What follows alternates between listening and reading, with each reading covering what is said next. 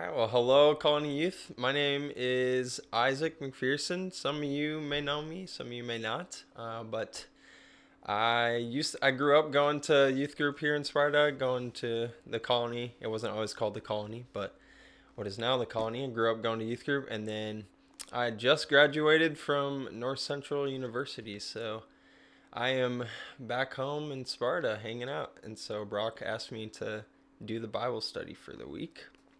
So I got kind of an interesting one this week, I think.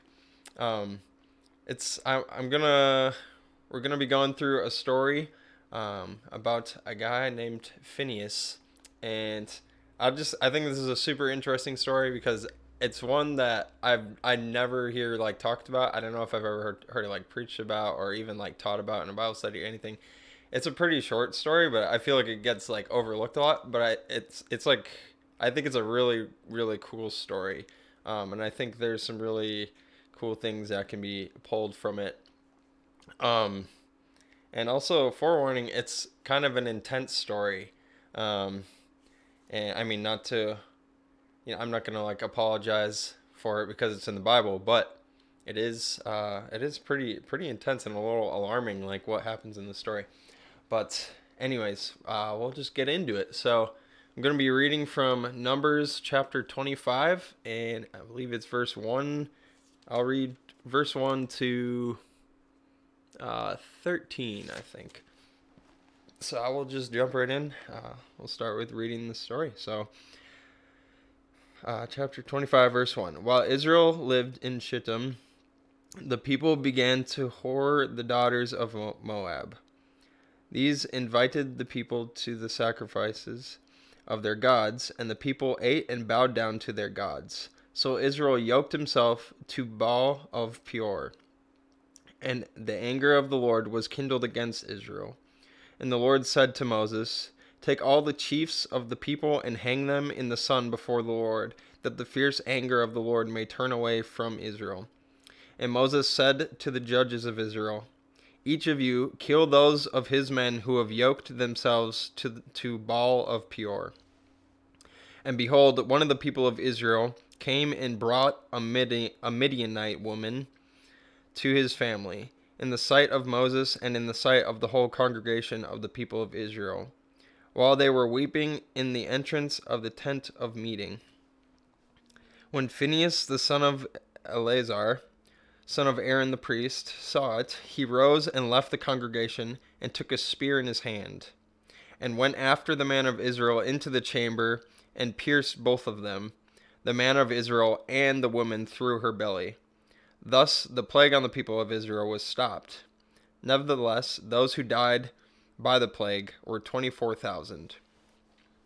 And the Lord said to Moses, "Phineas, the son of Eleazar, son of Aaron the priest, has turned back my wrath from the people of Israel, and that he was jealous with my jealousy among them, so that I did not consume the people of Israel in my jealousy.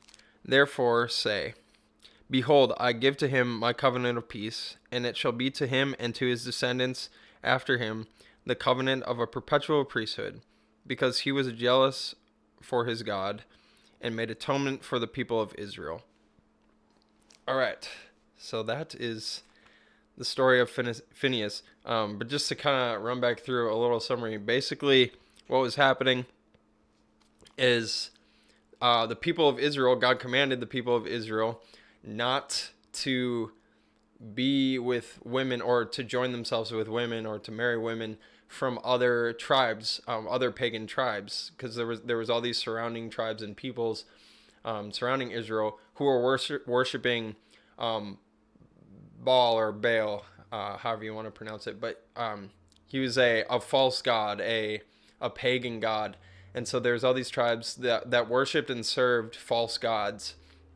And so God strictly commanded his people, the Israelites, not to marry into those families or marry people who serve false gods, because as a result there was a lot of Israelites who were marrying women who served false gods and who worshipped idols, and so as a result, Israelite men would they would still serve God, the God we believe in, the one true God, but then they would also begin worshiping these other false gods, these false idols, and idols would be brought into their homes, and so they were, going directly against God's command, which it's one of the 10 Commandments. You shall have no other gods before me. But yet these Israelites, because of these girls that they were getting with, were going directly against that. And so this was happening, and God basically is bringing a plague upon Israel because they're being disobedient and they're worshiping other gods and getting with women from these other pagan tribes, and just doing a ton of just evil, terrible stuff. And one man specifically in this story, his name, I think it was Zimri, or I don't know. It doesn't matter what his name is. But anyways, he goes, even though he directly hears the command that you're not to be seeing these other women anymore from other tribes, he doesn't care, and he goes and he brings a Midianite woman who worships pagan gods, and he brings her back to the Israelite camp, or where the Israelites are living, and he brings her right in front of Moses and some of the top leaders there, and he himself is also in leadership in Israel, and he goes into the tent with her, and they do who knows what, nothing good. And so then Phineas, this is where Phineas comes in. He sees this happening right before everyone's eyes. Everybody sees this and nobody does anything about it. But Phineas gets up and he goes and grabs a spear, and then he goes into the tent and kills both of them. Okay, and so that's basically what happens. And then God is pleased with Phineas for doing it, and he says, because of Phineas's acts, I will take this plague away. I will take the punishment that Israel deserves. I will take it away because Phineas stood up and was obedient and did a righteous act. And so God commends Phineas for his actions, right? And so it's kind of a graphic story, a little intense, and I think it's a very interesting story. But the point of the story, and the reason why I wanted to share it, is I think the point that you can pull away from this is that we need to be willing to stand up against evil, and we need to be willing to take a stand even when nobody else is taking a stand. This evil of bringing this Mennonite girl into a tent was being done right before the eyes of Moses and all the other leaders, and the only one who did something about it was just some guy named Phineas, and he stands up and takes a stand for justice, and it takes a stand to be obedient to God. And as a result, God sees Phineas's actions and changes his own response towards Israel. God takes away the plague and the punishment because of one man's action. And so I think the point is that one man, or the actions of one man or one woman, has the potential to shift the tide for an entire people. And we see that with Phineas's life. God said that he would bless Phineas and his offspring for the rest of his life because of it. And then also in Psalms 106, Phineas is mentioned very briefly. I'll read it real quick. It's Psalms chapter 106, verse 30 through 31. It says, "Then Phineas stood up and intervened, and the plague was stayed," or the plague was stopped. God stopped the plague. "And that was counted to him as righteousness from generation to generation forever." And so Phineas is remembered years and years later, and mentioned again in the Bible for his righteous act, because he took a stand in the face of evil. He wasn't afraid to stand up and do what was right. and he wouldn't stand for injustice.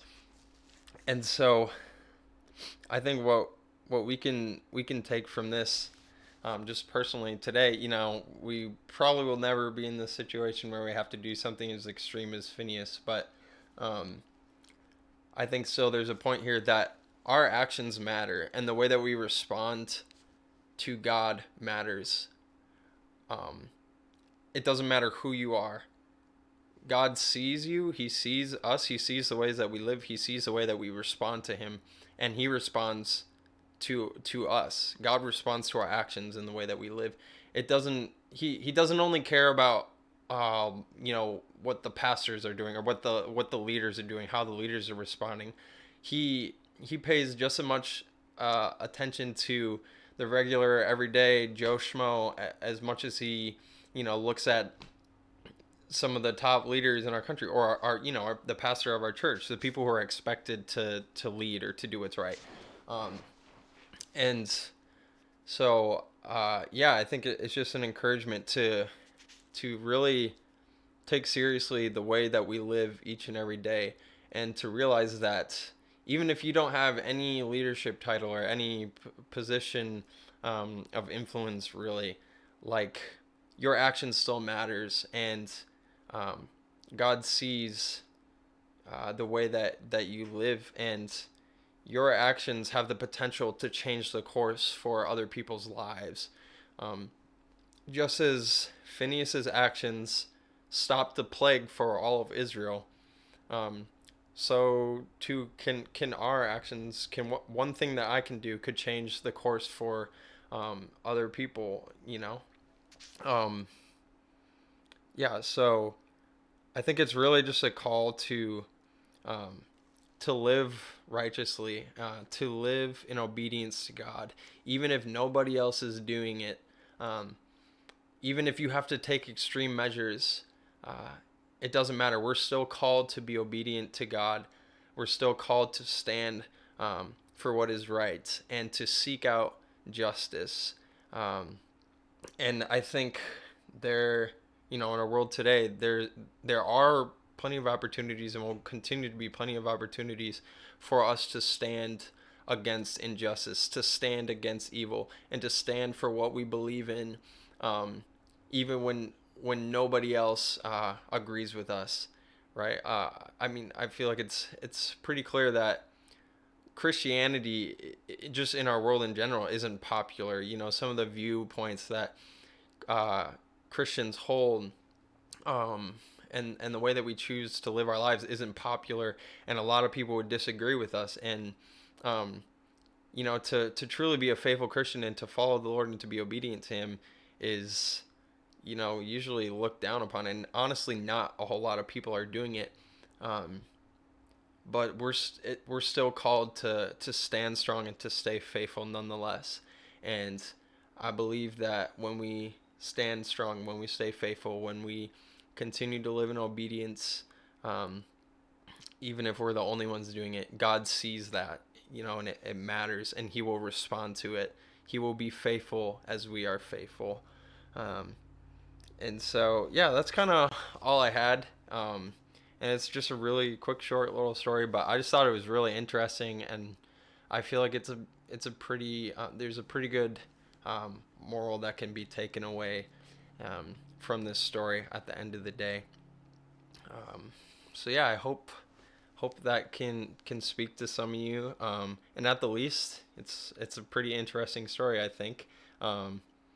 And there's a ton of just stories especially in the Old Testament, that I've never heard of,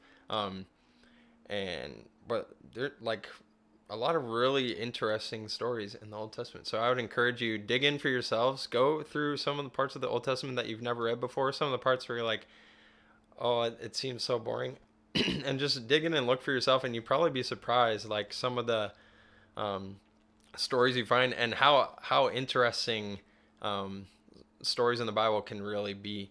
It can be a lot of fun to kind of read through some of these stories. But yeah, that's all I have, and hope you guys have a blessed rest of your week.